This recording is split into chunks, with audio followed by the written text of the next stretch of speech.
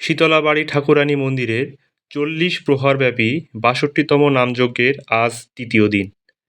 হরিনামের এই অমৃত ধারায় নিজেকে ভাসিয়ে দিতে চলে আসুন দোলখোলা খুলনায়। এই নামযজ্ঞ খুলনার হিন্দু ধর্মাবলম্বীদের এক মিলন মেলা। বহু মানুষের সমাগম ঘটে এখানে।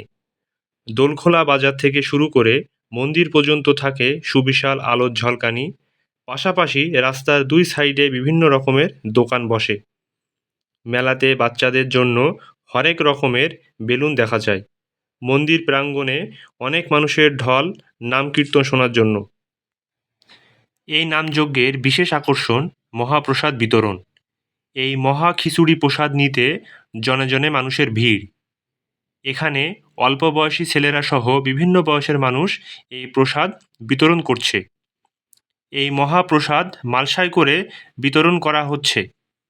২৫ টাকা করে এক মালসা খিচুড়ি প্রসাদ নিতে পারবেন।